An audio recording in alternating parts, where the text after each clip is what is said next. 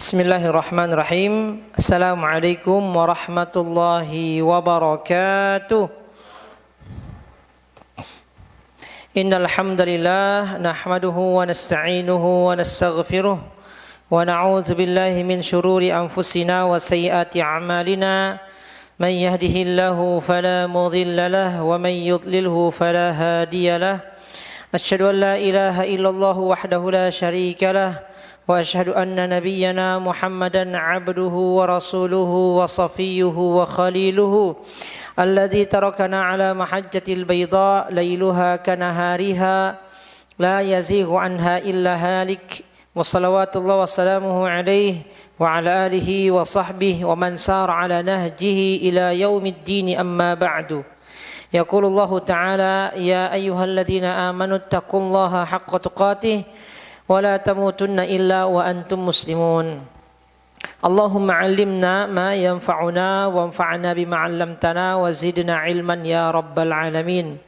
Para ikhwah yang dirahmati Allah Subhanahu wa taala, baik yang di studio kembali lurus ataupun yang berada live melihat live akun YouTube official kembali lurus. Semoga kita semua dijaga Allah Subhanahu wa taala.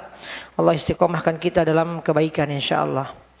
Alhamdulillah, bersyukur kepada Allah Subhanahu wa taala yang masih memberikan kita kesempatan menuntut ilmu. Ini merupakan nikmat yang luar biasa Nikmat yang luar biasa itu tidak hanya nikmat kesempatan kita bisa menikmati makanan, minuman, menikmati tempat-tempat wisata misalkan, kesempatan kita hadir dan menuntut ilmu, hadir di majelis ilmu atau menuntut ilmu, ini merupakan nikmat yang luar biasa yang sangat patut untuk kita syukuri Kenapa harus kita syukuri? Agar kita diistiqomahkan oleh Allah Subhanahu wa taala. Sallallahu alaihi wasallam kepada Nabi Muhammad sallallahu alaihi wasallam. Semoga kita selalu terjaga dari hal-hal yang tidak dicontohkan oleh Nabi sallallahu alaihi wasallam. Semoga pikiran kita terjaga dari hal-hal yang buruk yang Nabi sallallahu alaihi wasallam peringatkan atas hal tersebut Dan semoga kita bisa mencontoh Nabi sallallahu alaihi wasallam tidak hanya dari segi akidahnya atau ibadahnya, namun dari segi muamalah atau bagaimana kita berkehidupan di dunia ini. Baik para ikhwan rahmati Allah Subhanahu wa taala. Kita masih lanjut kajian kitab akidah kitab akidah Al-Manzumah Al-Haiyah yang ditulis oleh Ibnu Abi Dawud anaknya Imam Abu Dawud yang memiliki kitab kitab Sunan Abi Dawud Artinya kita sedang mempelajari karya dari anak dari seorang ulama hadis yang luar biasa bapaknya bernama Abu Daud anaknya kunyahnya Abu Bakar bin Abi Daud ini merupakan contoh yang luar biasa bagi kita, yang ulama itu tidak hanya ayahnya tetapi anaknya pun juga ulama. Maka yang seperti ini bukan warisan para ikhwah anak kita menjadi seorang ulama ini bukan dikarenakan ayahnya ulama, ini enggak bisa diwarisin. Tetapi kita bisa mengajarkan dan membimbing anak kita agar menjadi anak yang baik dan yang saleh, yang paham agama. Nah, mungkin itu cara kita mewarisi kebaikan.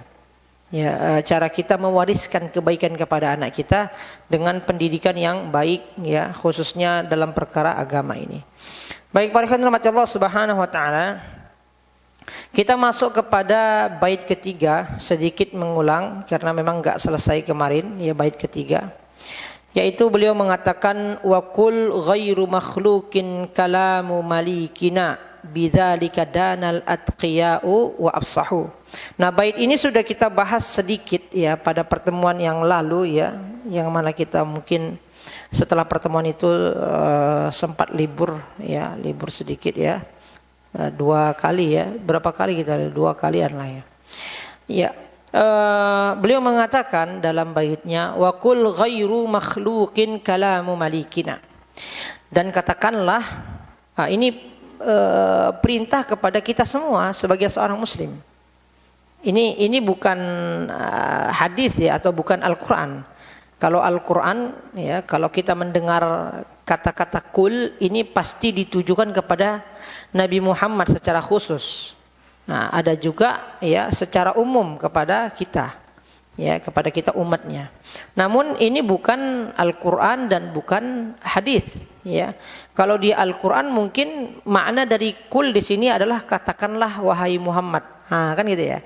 Nah, kalau ini tidak, ya ini kan perkataan ulama.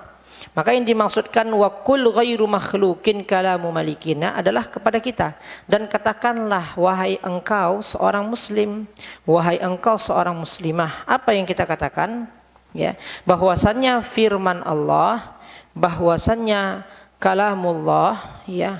Ya, bahwasannya kalam Tuhan kita yang raja dari segala raja, ya, Malik artinya raja dari raja ya.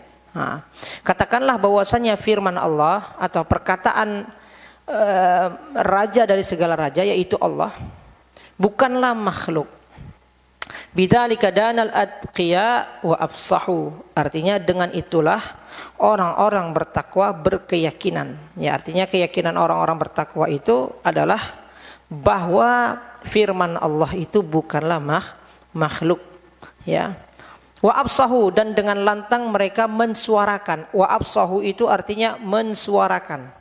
Ya, mensuarakan apa? Mensuarakan bahwasannya ya Al-Qur'an itu bukanlah makhluk. Para firman Allah Subhanahu wa taala, kita masuk pada syarah bait ketiga ini.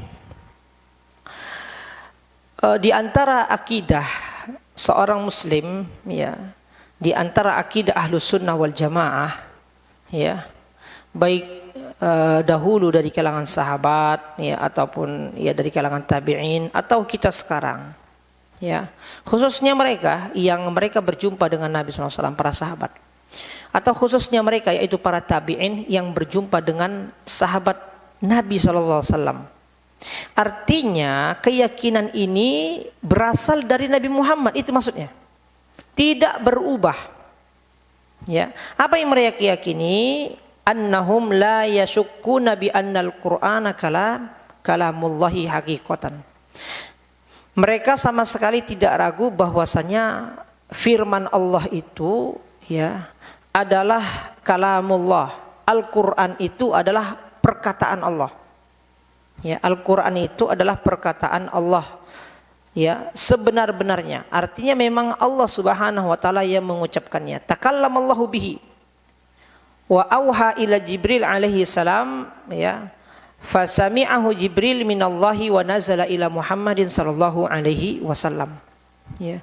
Di mana Allah Subhanahu wa taala yang mengatakan Al-Qur'an itu, Allah yang mengucapkannya. Ya, Allah yang membicarakannya, kemudian Allah wahyukan kepada Jibril, ya. Kemudian Jibril mendengarkannya. Kemudian Jibril sami'a minallah. Kemudian Jibril mendengarkannya dari Allah. Kalau ada bahasa Jibril mendengarkan, ya, dari sini saja sudah membuktikan bahwasanya Allah yang membicarakan Al-Qur'an itu. Nah, jadi Allah benar-benar yang mengucapkan Al-Qur'an, ya. Nah, Allah Subhanahu wa taala yang memfirmankan Al-Qur'an. Namun kita tidak boleh membagaimanakannya. Ya, bagaimana suara Allah, bagaimana cara Allah Subhanahu wa taala mengatakannya. Ini tidak dibenarkan. Kita hanya dituntut untuk meyakini. Tidak boleh ragu. Ya, bahwasanya Allah lah yang mengatakan Al-Qur'an secara hakikatnya. Sebagaimana kita di sesama manusia, ya, antum mendengarkan ucapan ini. Ya. Ya, artinya memang Anda berbicara. Namun tidak maksud menyamakan Allah dengan makhluk. Ya. Artinya para ikhwan Allah Subhanahu wa taala, ya, zahirnya kita sebagai manusia, ya, ketika kita mendengar dari seseorang suatu ucapan, suatu ungkapan, itu artinya orang tersebut mendengarkan, orang tersebut membicarakannya. Ya. Maka kalau anda diam, ya, apakah antum mendengar? Tidak. Nah, Jibril alaihi salam mendengar dari Allah. Ya. Kalau Jibril mendengar dari Allah, artinya Allah berucap, Allah berkata-kata. Ya. Namun Allah Subhanahu wa taala tidak boleh disamakan dengan makhluknya. Wa nazala bihi ila Muhammad. Kemudian Jibril menurunkan itu, ya, kepada Nabi sallallahu alaihi wasallam dan menyampaikannya itu kepada kita sebagai umatnya. Ya, sebagaimana Allah Subhanahu wa taala berfirman, wa innahu latanzilu rabbil alamin. Dan sesungguhnya Al-Qur'an itu benar-benar diturunkan dari Tuhan semesta alam.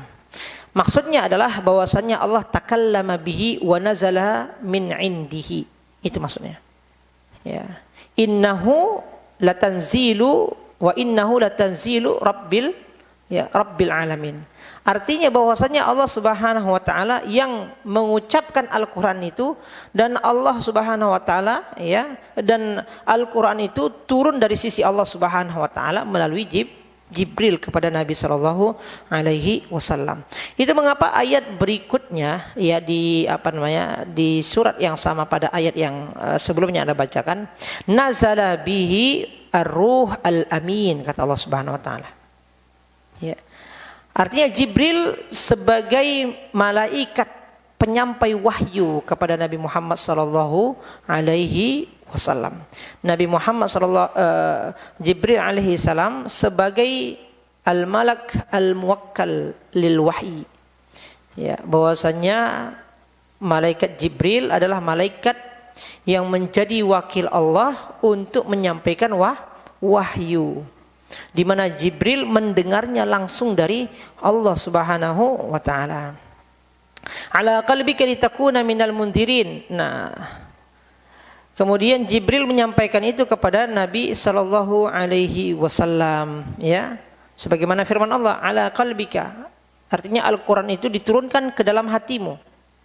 Litakuna minal mundirin, agar engkau, ya, menjadi, ya, salah seorang yang memberikan peringatan, ya. Maka Allah berfirman di dalam surah Al-Qiyamah, inna alaina jam'ahu wa qur'anah, ya, bahwasanya Allah Subhanahu wa taala yang mengumpulkan Al-Qur'an itu di dalam hati Nabi Muhammad sallallahu alaihi wasallam. Nah, artinya Al-Qur'an ini bukan ucapan atau bukan perkataan Nabi Muhammad. Kenapa? Karena sudah jelas sekali ayatnya, bahwasanya Al-Qur'an itu Al-Qur'an itu Allah yang mengatakannya, ya. Kemudian Jibril menyampaikannya dari sisi Allah Subhanahu wa taala. Dia turun ke dunia dan menyampaikan itu kepada Nabi Muhammad. Ya. Itu, ya, para ikhwan rahmati Allah Subhanahu wa taala.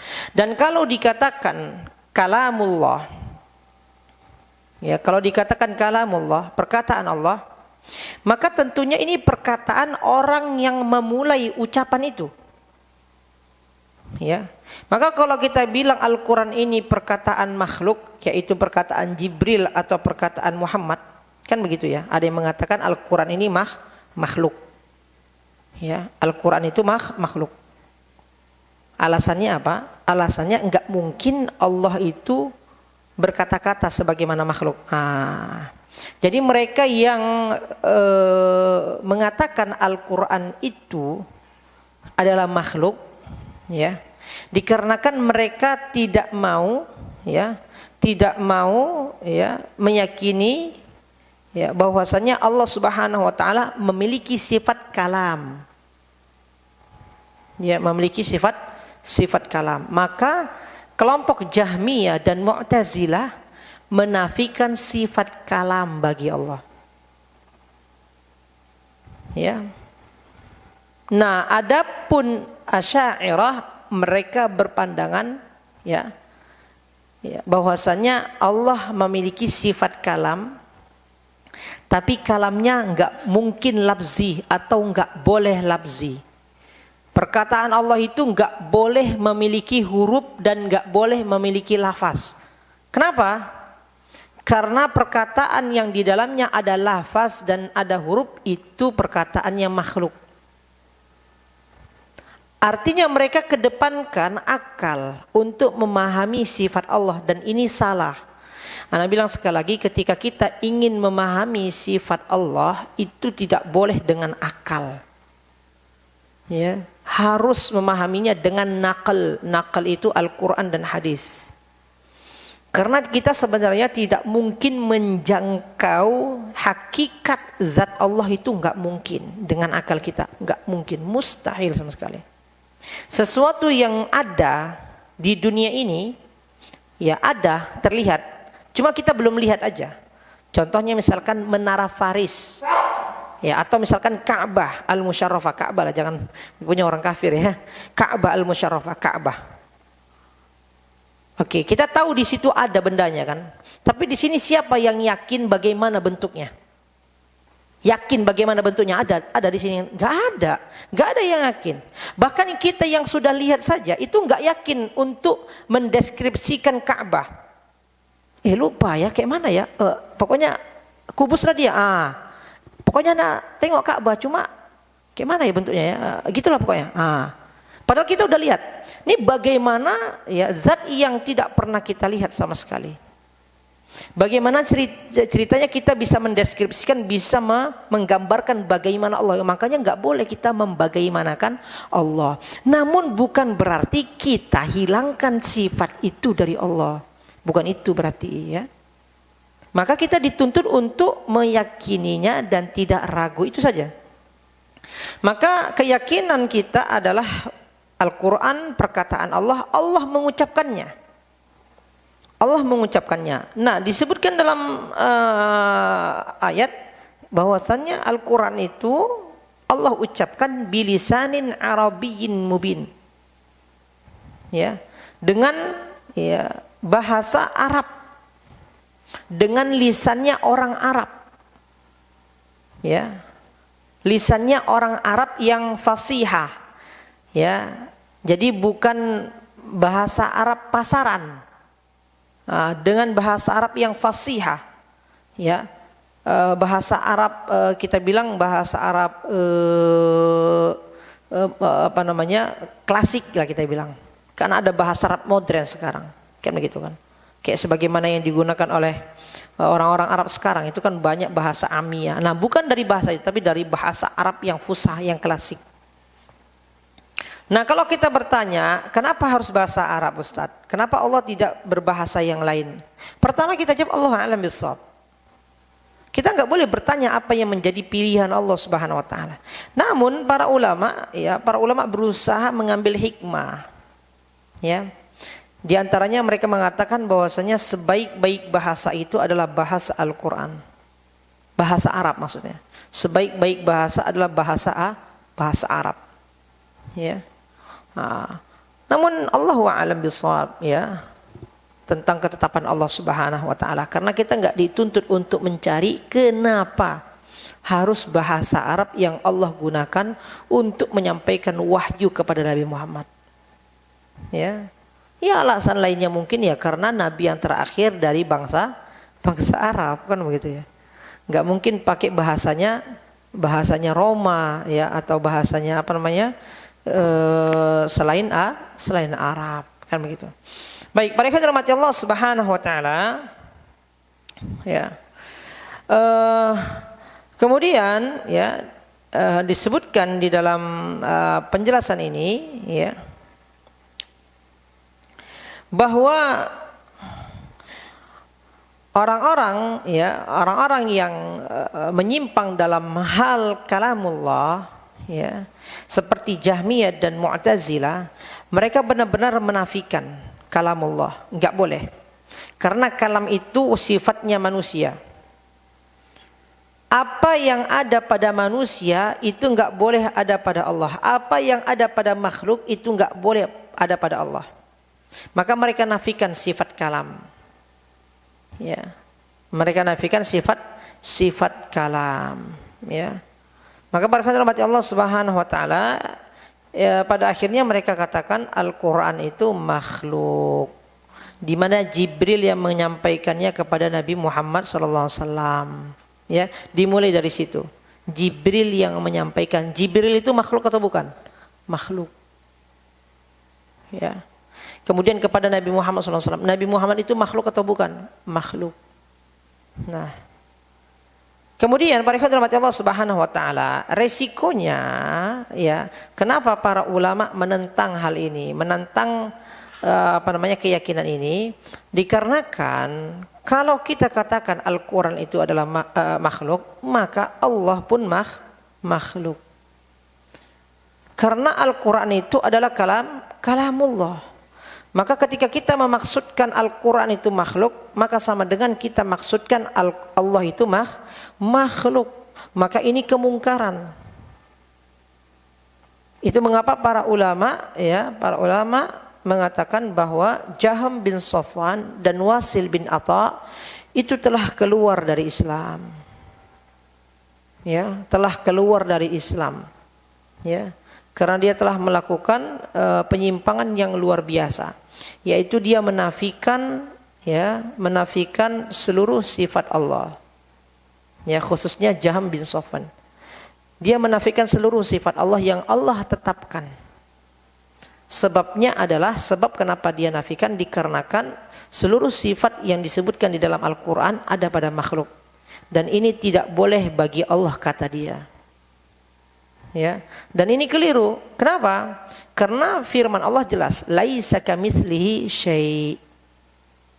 Tidak ada sesuatu pun yang serupa dengan Allah Subhanahu wa taala. Ya. Tidak ada sesuatu pun yang serupa dengan Allah Subhanahu wa taala. Ya. Maka apa yang ada pada makhluk dari sifat-sifat yang baik misalkan, itu lebih maha bagi Allah Subhanahu wa taala. Contohnya sifat mahabbah atau rahmah. Sifat cinta dan kasih sayang ada pada manusia. Ya. Itu lebih dahulu ada pada Allah Subhanahu wa taala, dan Allah Maha merahmati dan Maha mencintai. Nah, dari sini saja sudah jelas maknanya tidak menyamakan Allah dengan makhluk. Manusia tidak dibilang maha. Allah Subhanahu wa taala dibilang disebut maha. Dari sini saja sudah jelas.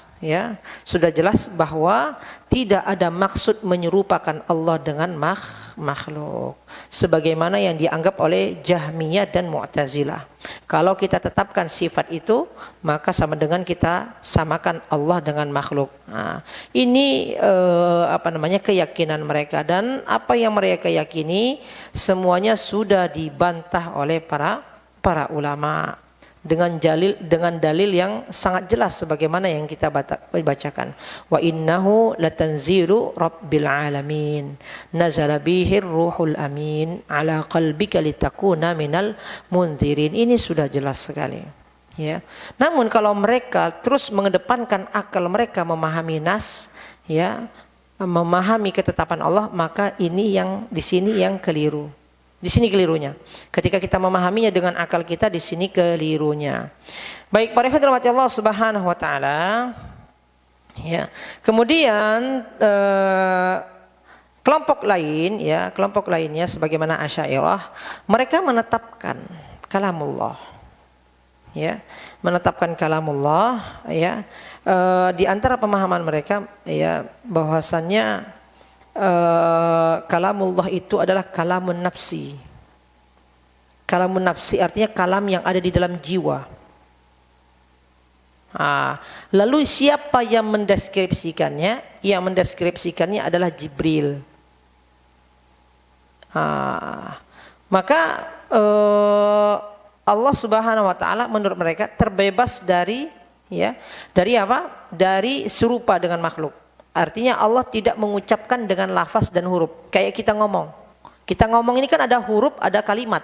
Nah Allah nggak boleh begitu kata mereka.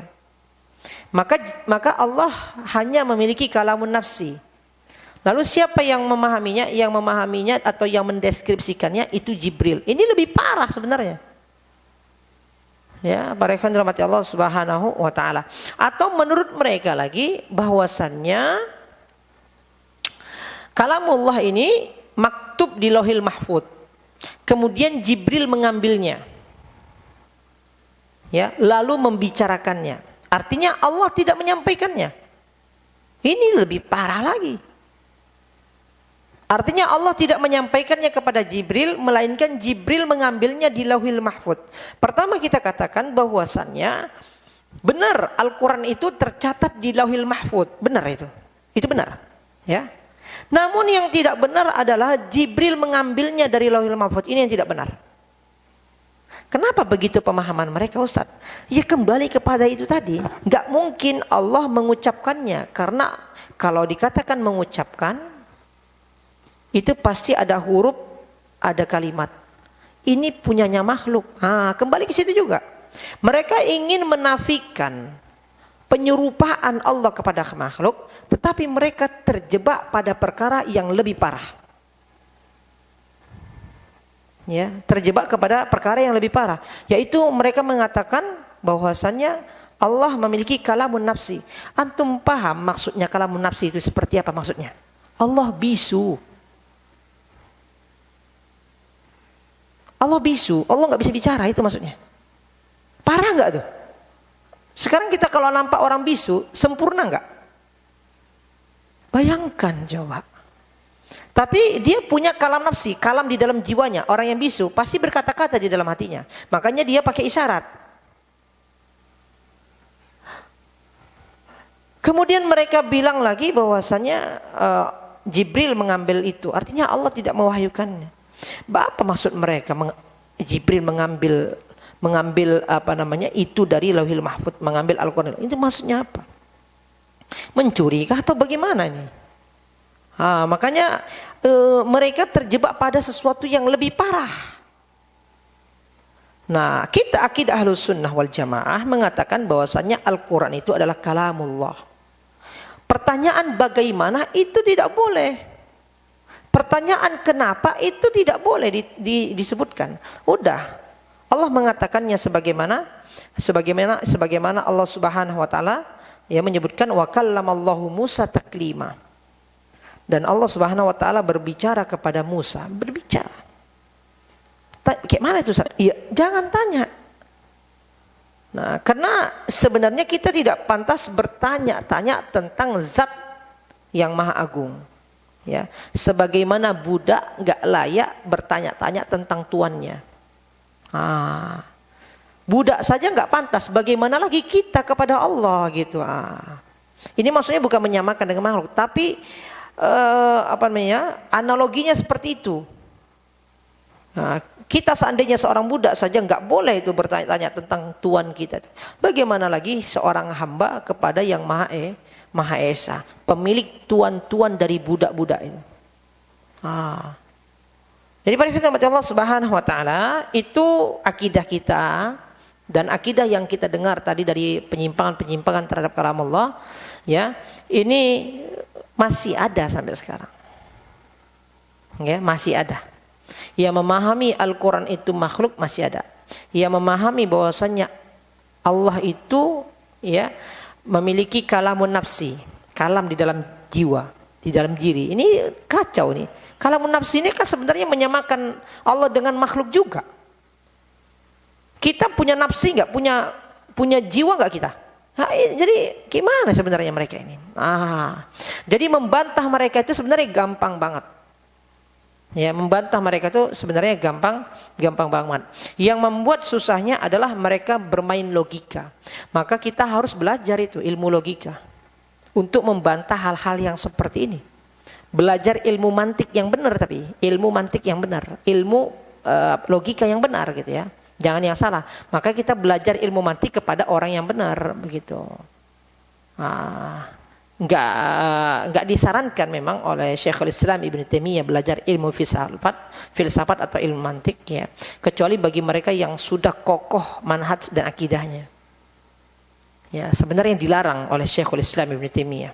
Maka ketika kita mau belajar, jangan belajar pertama kali filsafat mantik, itu pelajaran nanti. Ya. Supaya kita tidak terjebak pada penyimpangan. Baik, para ikhwan Allah Subhanahu wa taala. Kemudian ya Imam Ibn Abi Dawud ya mengatakan ya wa kullu ghairu makhluqin kalamu malikina. Ya, kalamu malikina, perkataan raja ya yang maharaja ya. Sebagaimana firman Allah di dalam surat Al-Fatihah, Maliki Yaumiddin. Atau dalam surah An-Nas, Malikin Nas. Nah, di sini disebutkan salah satu sifat Allah Subhanahu wa taala atau salah satu nama Allah, Al-Malik atau Al-Malik, ya, yaitu raja atau yang merajai atau yang menguasai, ya.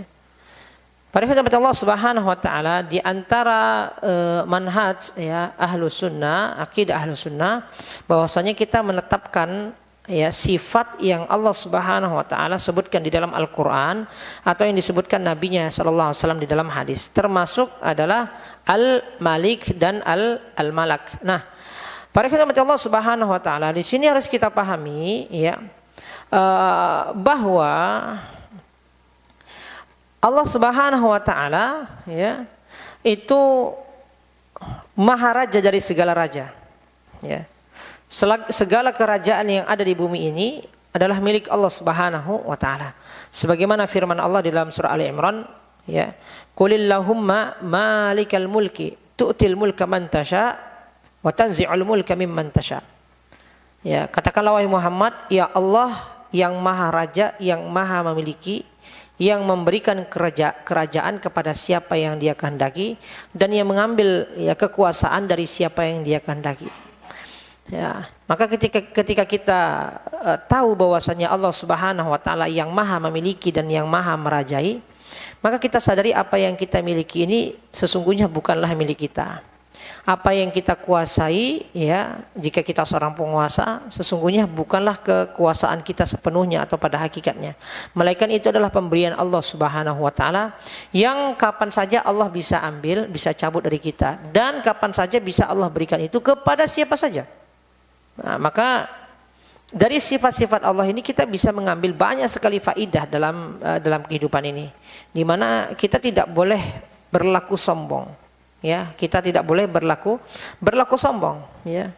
Yang sebelumnya kita tidak memiliki kekuasaan, bahkan kita terlahir tanpa memakai pakaian ya.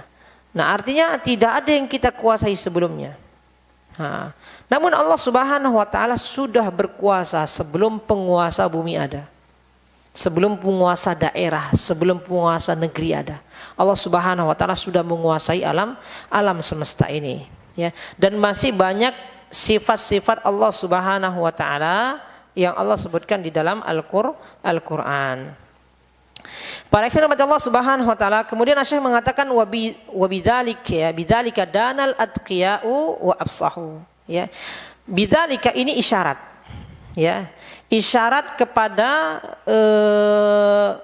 perkataan atau bait sebelumnya. Ya.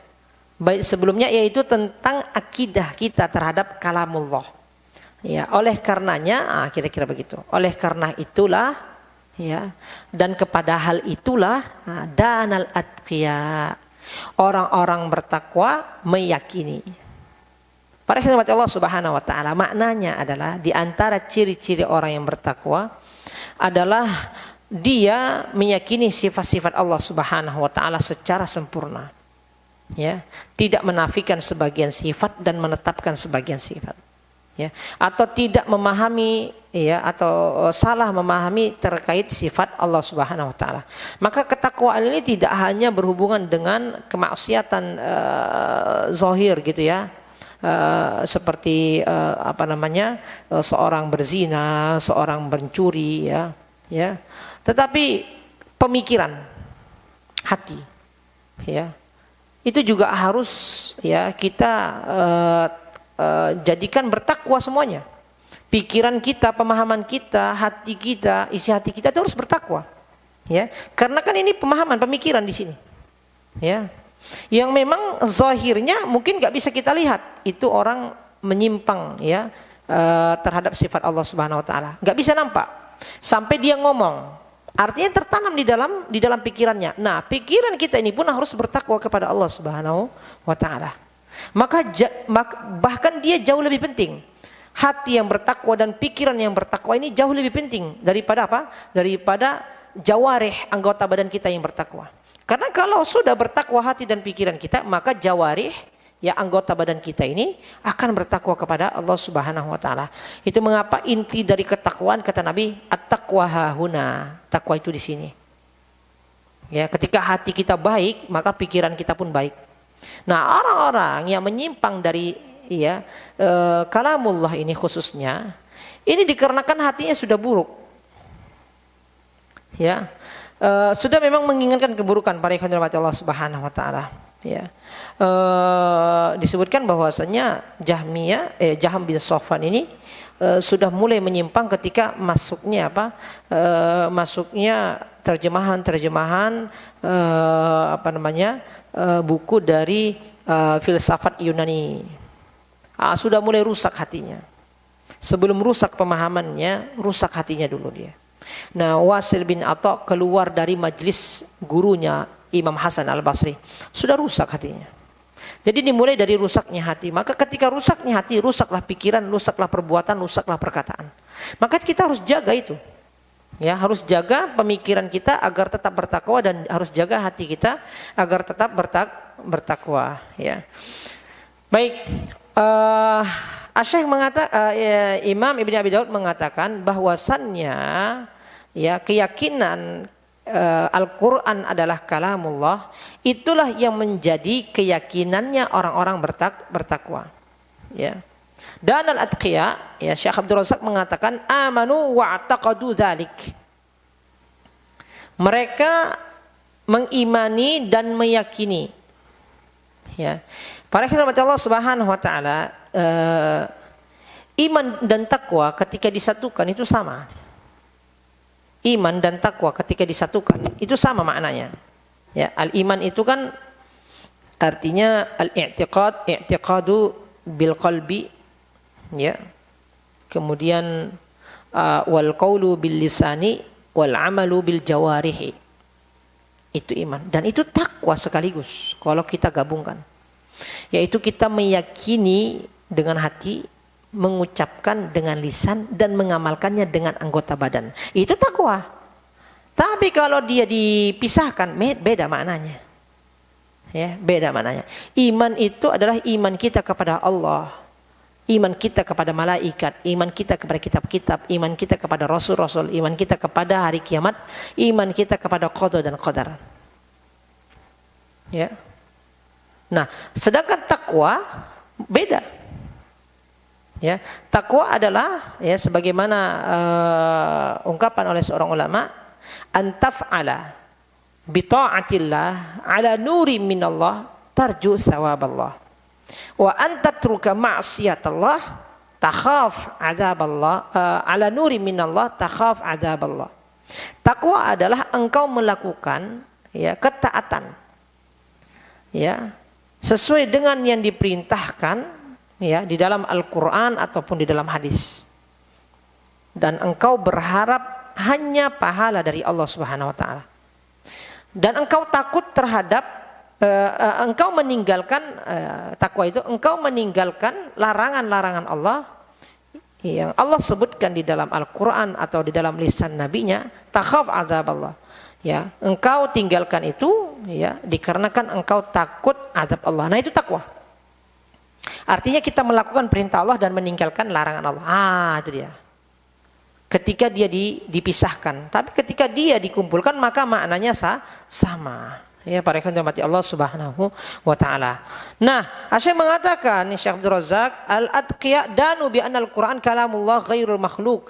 Fa hadha mu'taqaduhum alladhi la yuhiduna anhu wan nuqul anhum fi dzalika katsirah, ya. Nah, para hadirin Allah Subhanahu wa taala, ya. Orang-orang yang bertakwa, ya, mereka memilih, ya, untuk meyakini bahwasannya, ya, Al-Quran itu adalah kalamullah, bukan kalamnya makhluk, ya, bukan kalamnya makhluk, ya. Dan inilah yang diyakini oleh seluruh ulama ahlu sunnah. Bahkan disebutkan dalam riwayat para hadirat Allah Subhanahu wa taala, ada seorang ulama yang selalu dia berdiri di depan masjid, ya.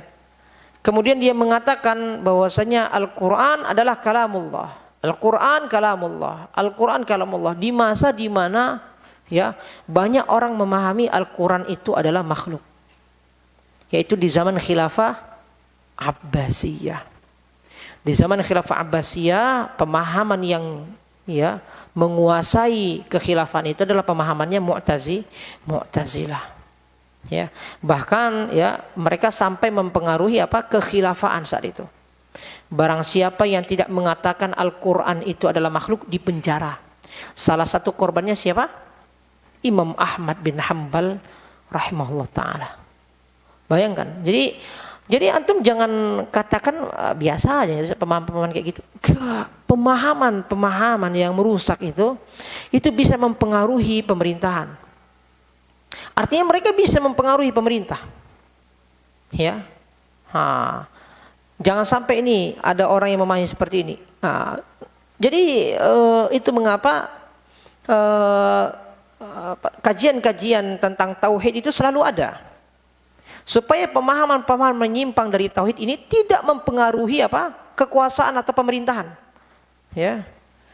Maka kita mendoakan para penguasa kita, pemerintah kita, agar mereka setidaknya bersih dari kesyirikan. Ya. Karena sebagaimana yang kita ketahui ada pengaruhnya pemahaman seperti itu. Kesyirikan sampai kepada kepada tingkat yang lebih tinggi. Nah, makanya pada Allah Subhanahu wa taala ini penting sekali. Ya, penting sekali bagi kehidupan kita. Bukan hanya bagi pribadi kita, tapi bagi kehidupan kita, ya, kehidupan kita bermasyarakat dan bernegara. Baik, kemudian Syekh Abdul Razak mengatakan, kenapa Syekh memilih sifat atqiya? Kan sifatnya orang-orang beriman itu banyak. Ya, bukan hanya yang bertakwa, ada yang muhsin, kan itu ihsan. Tapi kenapa harus yang bertakwa? Saya mengatakan ikhtiyar hadhihi sifat li ahli sunnah fi ghayatil judah wad diqqah. Nah, dikarenakan sifat ini, ya, adalah sifat yang paling puncak bagi seorang muslim, bagi seorang ulama ahlu sunnah. Ya.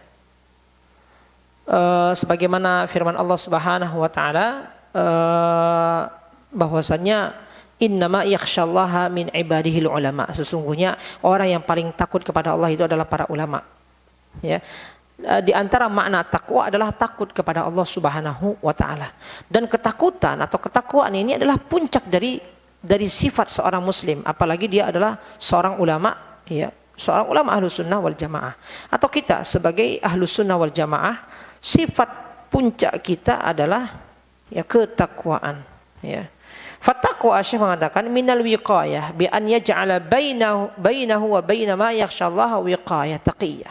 Ya. Di mana kenapa dikatakan puncak, ya? Karena ketakwaan itu adalah benteng antara kita dengan azab Allah Subhanahu wa taala. Maka orang-orang yang menafikan sifat Allah Subhanahu wa taala seluruhnya atau sebagiannya, jelas, ya, mereka termasuk orang-orang yang akan diazab Allah Subhanahu wa taala di dalam neraka. Wa darul ladina yulhiduna fi asma'i sayujzauna ma kanu yaf'alun. Kata Allah Subhanahu wa taala di dalam Al-Qur'an, ya. Walillahil asmaul husna fad'uuhu biha wa darul ladina yulhiduna fi asma'ihi. Dan berhati-hatilah kamu terhadap orang-orang yang menafikan, ya, atau yang memalingkan sifat-sifat Allah Subhanahu wa taala dari Allah Subhanahu wa taala. Mereka akan mendapatkan apa yang mereka lakukan, ya. Maka ancaman Allah itu bukan hanya bagi mereka yang berzina, bukan. Ancaman Allah itu juga bagi mereka yang salah memahami dalam hal nama dan sifat Allah Subhanahu wa taala. Walaupun memang pembahasan asma dan sifat ini adalah pembahasan lanjutan. Ya, para ikhwan Allah Subhanahu wa taala. Setelah kita membahas rububiyah dan uluhiyah. Nah, kenapa kita pilih buku ini? Karena Ana merasa memang kita sudah sering mendengar kajian-kajian tentang tauhid rububiyah dan uluhiyah.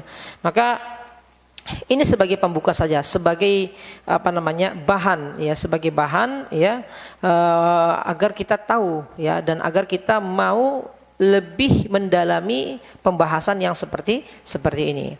Baik, para ikhwan Allah Subhanahu wa taala. Kemudian Al-Imam Ibnu Abi Daud mengatakan wa afsahu ya. Wa afsahu artinya ya, para ulama Ahlus Sunnah wal Jamaah ya, mensuarakan akidah ya terkait kalamullah, bahwasanya kalamullah atau Al-Qur'an adalah ya perkataan Allah Subhanahu wa taala. Itu mengapa Syekh Abdul Razak mengatakan wa sarrahu wa abanu wa qarraruhu fil majalis wa waddahu. Ya. Di mana para ulama Ahlus Sunnah mereka mensuarakan itu. Ya, bahkan mereka menetapkan itu di dalam majlis ilmu mereka, dan mereka menjelaskan sejelas-jelasnya. Ya, dan mereka saling tolong-menolong dalam hal mensuarakan Al-Qur'an itu adalah kalamullah. Ya. Karena apa? Karena betapa ingkarnya perbuatan atau perkataan yang mengatakan Al-Qur'an itu adalah makhluk. Sama dengan dia mengatakan Allah itu makhluk. Ini kemungkaran yang luar biasa para ikhwah. Kemungkaran yang lebih parah daripada zina, kemungkaran yang lebih parah daripada mencuri. Bukan berarti kita meringankan dosa itu, bukan itu maksudnya. Ya, karena kezaliman terhadap Allah, terhadap zat Allah ini jauh lebih berbahaya daripada kezaliman kita kepada sama manusia. Baik, para ikhwan Allah Subhanahu wa taala, insyaallah kita lanjutkan di pertemuan berikutnya باذنillah taala ya. Memang begini pembahasan asma dan sifat ya, sedikit panjang lebar atau sedikit lama, karena supaya tidak ada yang salah memahami. Jadi dia perlu diulang-ulang ya, perlu diulang terkait kalamullah ya. Baru kalamullah ini kita baru membahas ya sifat kalam bagi Allah Subhanahu wa taala. Belum kita membahas sifat-sifat lainnya bagi Allah Subhanahu wa taala. Ya, mungkin ya kita cukupkan sebelum kita tutup dengan kafaratul majlis. Mungkin ada diskusi ya, baik terkait pembahasan kita atau hal yang berkembang. Barakallahu fiikum. Ya, silakan.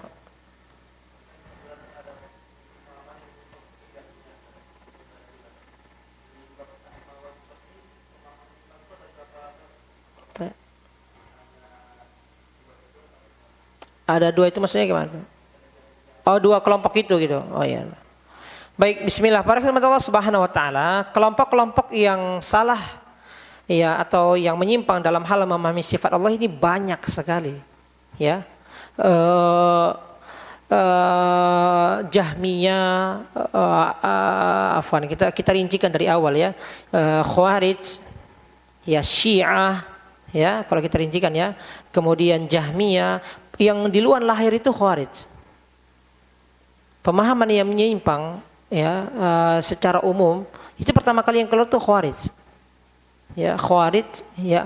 Kemudian Syiah ya di zaman wafatnya Ali bin Abi Thalib radhiyallahu anhu, di situ mulai berkembang Syiah. Kemudian Jahmiyah. Jahmiyah ini ada sebelum Mu'tazilah ya. Kemudian Mu'tazilah yang berkembang sampai menguasai kekhilafahan Abbasiyah. Kemudian wafat ya Wasil bin Atha, dilanjutkan ya oleh Imam Abu Hasan Al-Asy'ari ya, yaitu Asy'ariyah ya, Asy'ariyah. Namun sebagian ulama menyebutkan bahwasanya pemahamannya terhadap penyimpangan sifat Allah ini tidak separah Jahmiyah dan Mu'tazilah. Enggak separah Jahmiyah dan Mu'tazilah. Kalau Jahmiyah dan Mu'tazilah mereka menafikan seluruh sifat Allah Subhanahu wa taala. Sedangkan Asy'ariyah ada yang mereka tetapkan, ada yang mereka nafikan. Nah, namun ini tetap bukan pemahaman yang benar. Kemudian setelah Asy'ariyah muncul muridnya ya Maturidiyah. Maturidiyah ini tidak jauh berbeda dengan Asy'ariyah pemahaman sebelumnya. Kemudian Kullabiyah banyak sekali. Kemudian Failasuf atau Failasuf ya itu juga termasuk yang menyimpang dari asma dan sifat ya mereka salah memahami ya. Kemudian astagfirullah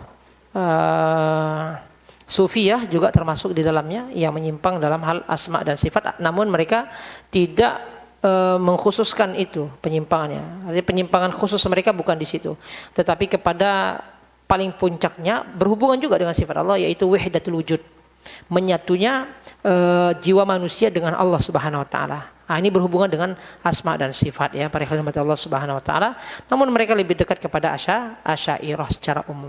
Banyak sekali sebenarnya para hadirin Allah Subhanahu wa taala. Hanya saja kenapa sih yang sering kita dengar itu Jahmiyah, Mu'tazilah, Asy'ariyah, Maturidiyah? Karena ini yang memang paling pioner kita bilang ya, paling di depan dalam hal yang menyimpang ya terhadap asma dan sifat Allah Subhanahu wa taala, khususnya Jahmiyah. Ya, karena secara jelas mereka mengingkari seluruh sifat Allah Subhanahu wa taala. Allah taala alam bisawab. Silakan Pak. Silakan.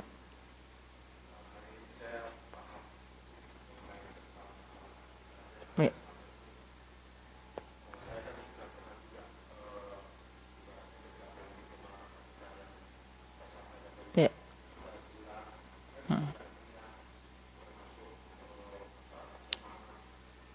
Asy'ariyah ya.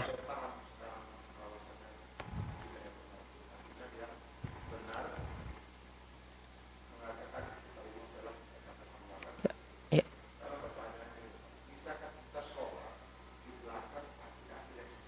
Hmm.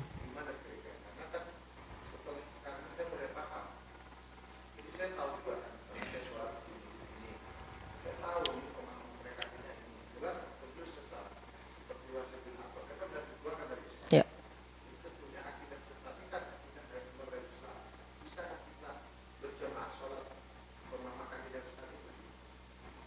Baik.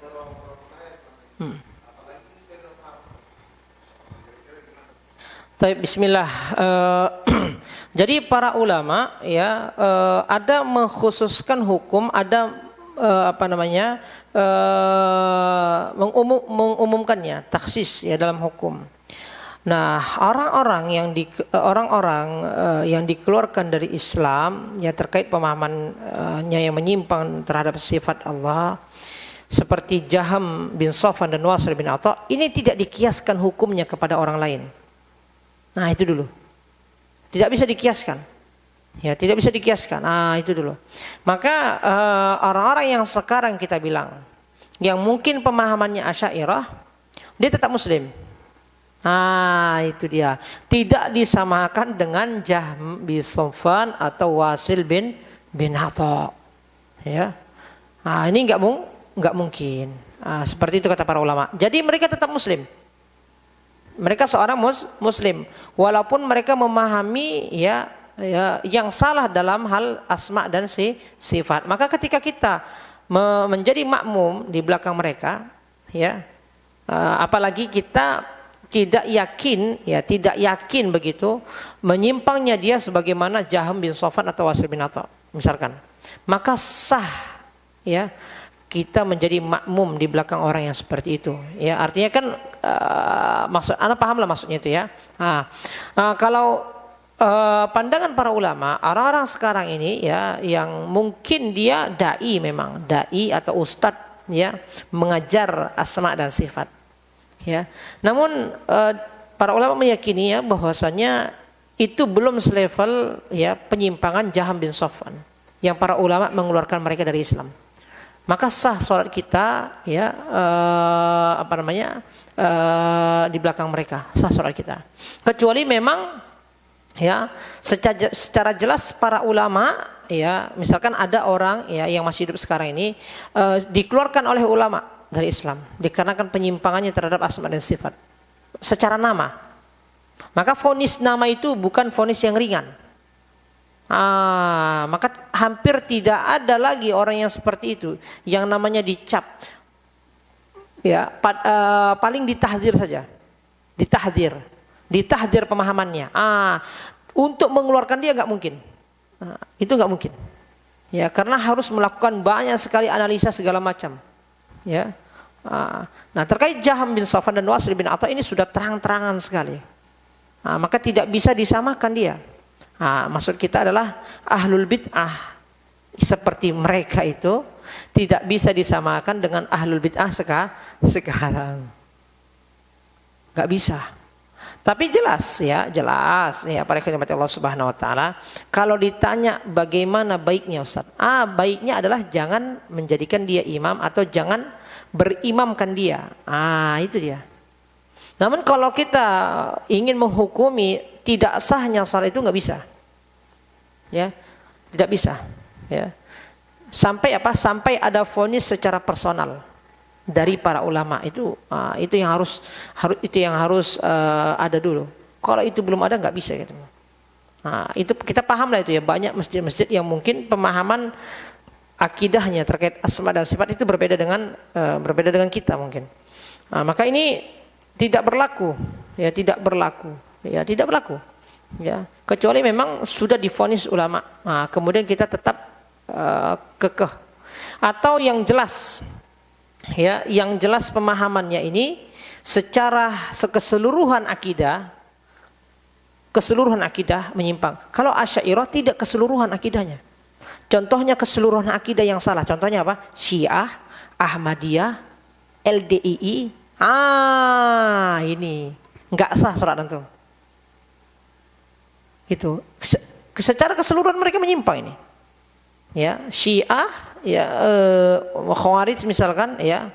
Tapi Khawarij itu Allahu a'lam apakah terorganisir seperti Syiah? Nggak tahu siapa ketuanya Khawarij. Kalau ketuanya Syiah itu jelas ada, ya. Di Iran itu siapa itu Imam dulu Khomeini kan gitu ya. Sekarang nggak tahu saya siapa, ya. Nah, kalau di Indonesia ada itu ketua Syiah itu ya. Dulu Jalaluddin Rahmat yang sudah wafat kan ya. Jalaluddin Rahmat di Bandung ya, pusatnya di Bandung itu. Ini jelas dia. Tapi kalau Khawarij memang nggak jelas organisasinya ya. Jadi kita nggak bisa mendeteksi begitu ya. Kalau seandainya ternyata dia Khawarij, dia jadi imam kita, waduh gawat ya. Nah, maka kita perlu sekali memilih jika kita di rumah kita ada masjid, perlu sekali kita ketahui itu imam kita itu siapa, harus sedetail itu karena dia mempengaruhi salat kita. Itu tadi Pak, ya. Jadi memang tidak bisa vonisnya sama, itu dia, ya. Dan kalau ditanya yang lebih baik, ya jelas ya kita mencari ya imam yang benar-benar. Kemudian kalau dia ya seandainya ternyata Ahmadiyah, ya Syiah, Khawarij, ya yang jelas ya, maka jelas itu tidak sah salat kita. Itu orang Muhammadiyah, itu orang Ahmadiyah itu, bahaya itu. Kalau antum salat, ya, rupanya dia imam kita di belakang dia gitu. Jelas batalkan salat kita. Atau dia itu Syiah itu, orang Syiah itu. Kalau Syiah udah keseluruhan itu, bukan hanya terkait asma dan sifat keseluruhan. Kalau itu jangan salat di belakang orang Syiah. Tapi kalau misalkan pemahamannya akidahnya Asy'ariyah, ini berbeda dia.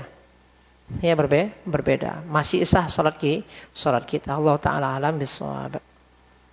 Ada yang lain mungkin? Ya silakan. Assalamualaikum warahmatullahi wabarakatuh.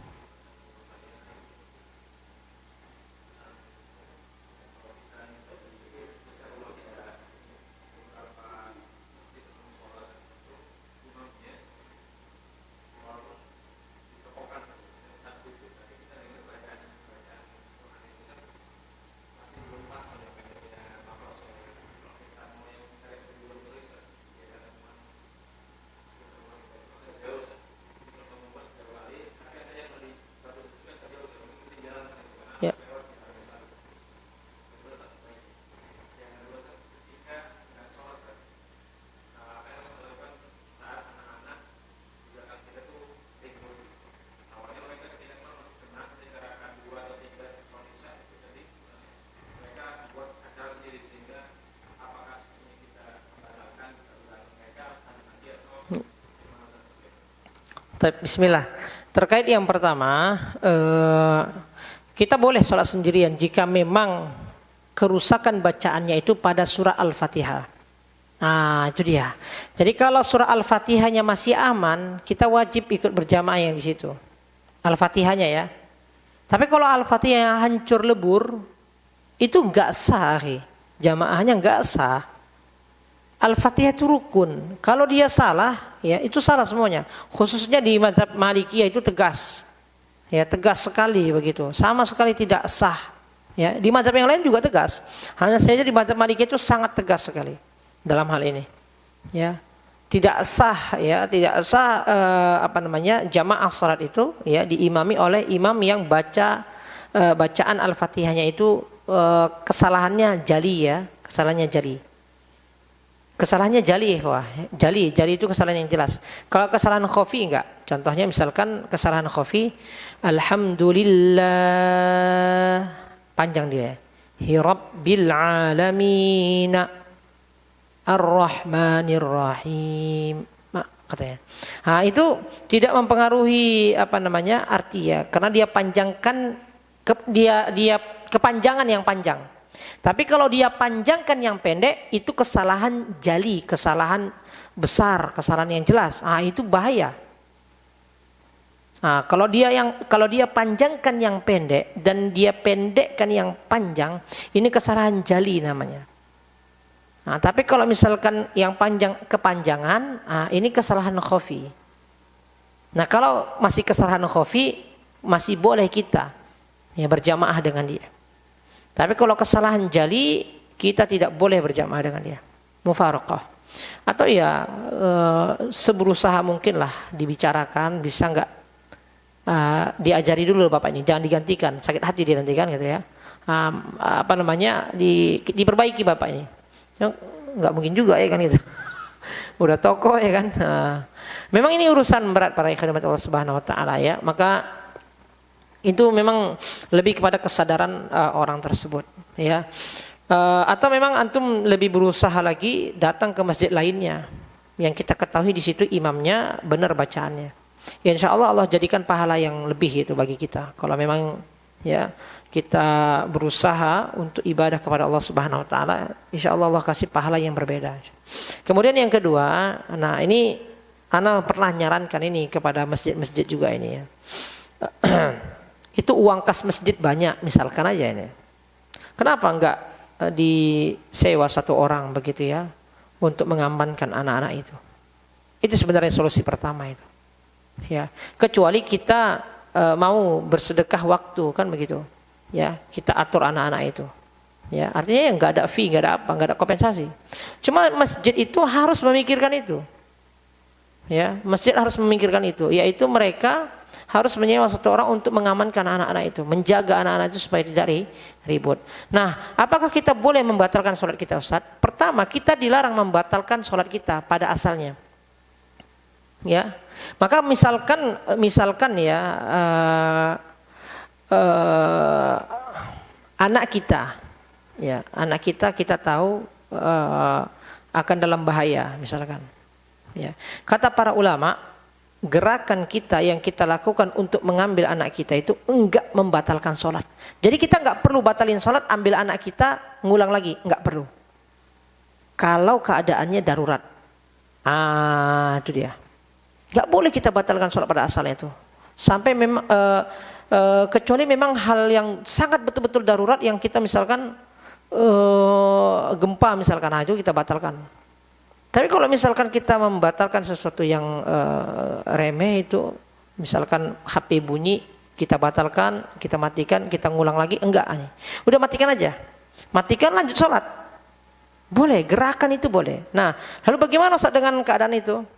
Nah, para hadirin Allah Subhanahu wa taala, jika memang benar-benar terganggu, ya terganggu ya atau benar-benar sangat mengganggu lah, ya.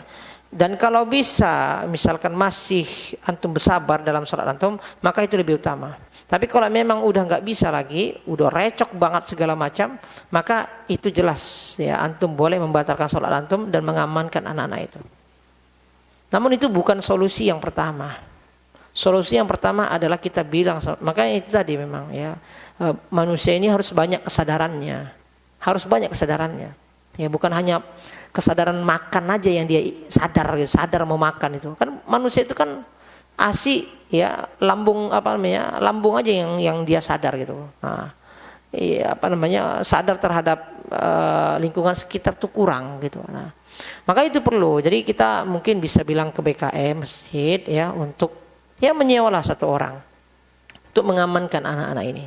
Ya, kasih berapa kompensasinya. Mungkin itu solusi pertama yang itu sebenarnya. Bukan kita membatalkan sholat kita. Kecuali memang dari awal kita datang, kita bersedekah tenaga dan waktu. Gak apa-apalah saya sholat nanti gitu ya. Tapi sampai kapan kita begitu? Mungkin sebulan kita tahan tuh gak dibayar. Mungkin kan gitu. Tapi kan sulit ya. Kita harus berikanlah kompensasi kepada seorang lah untuk mengamankan itu. Sama seperti kita mengamankan parkir di masjid segala macam. Itu kan harus kita kasih kompensasi supaya aman kendaraan-kendaraan, sendal-sendal. Begitu juga di dalam masjid itu lebih utama sebenarnya. Aman orang mengerjakan sholat ibadah khusyuk itu lebih utama. Allahu a'lam bishawab. Cukup insyaallah ya. Ya. Enggak sholat jamaah iya. Enggak sholat berjamaah, kecuali mungkin ada orang yang belum sholat dia berjamaah, boleh kalau itu. Ya. Baik, karena itu diperbolehkan oleh para ulama sebagaimana amalu ahli Madinah ya, perbuatannya orang-orang Madinah khususnya Masjid Nabawi dan Masjidil Haram. Waduh, itu berapa banyak manusia yang enggak sholat pada saat itu kan gitu. Orang lagi sholat berjamaah ya, askar-askarnya atau ya orang-orang itulah kan gitu. Duduk berdiri melihat-lihat begitu. Ya, mengamankan. Karena ini memang hal yang darurat kan begitu ya. Nah, maka mereka sholatnya ya